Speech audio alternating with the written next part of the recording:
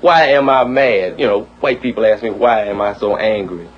And, you know, I don't have any answer for him because it'd be ridiculous for me to answer him because he couldn't understand anyway, obviously, because he asked me the question. Do you know, have you heard any black people arming? You hear of Avon Township, Springfield Township, Waterford Township, you know, by the verse of Birmingham, that you have racist state representatives that are telling them to arm, like Coon and Harvey Lodge.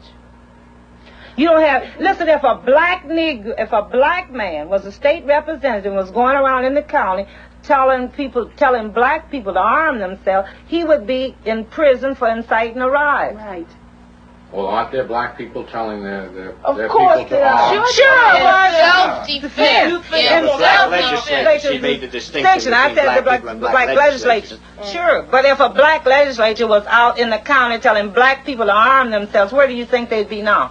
If they got into jail before they killed him. Before they killed him. But Harvey Lodge and Coon is jumping all over the county, and they're a big deal. You know, in the 400 years that I've existed there, 3 years, you know, 3 generations within my own family, why don't you know what I'm like?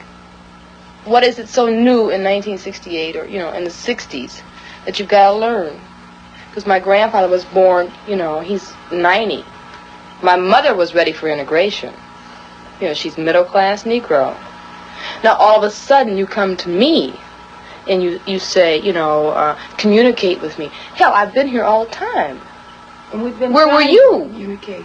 Now, what do I have to say to you? The most advanced nation in the world. It has to be resolved. It has to be resolved because I want my children to have an answer. If not me, I personally prefer that I have an answer. You know, I don't have, you know, I like to think I don't have my lifetime to waste on this. You think we're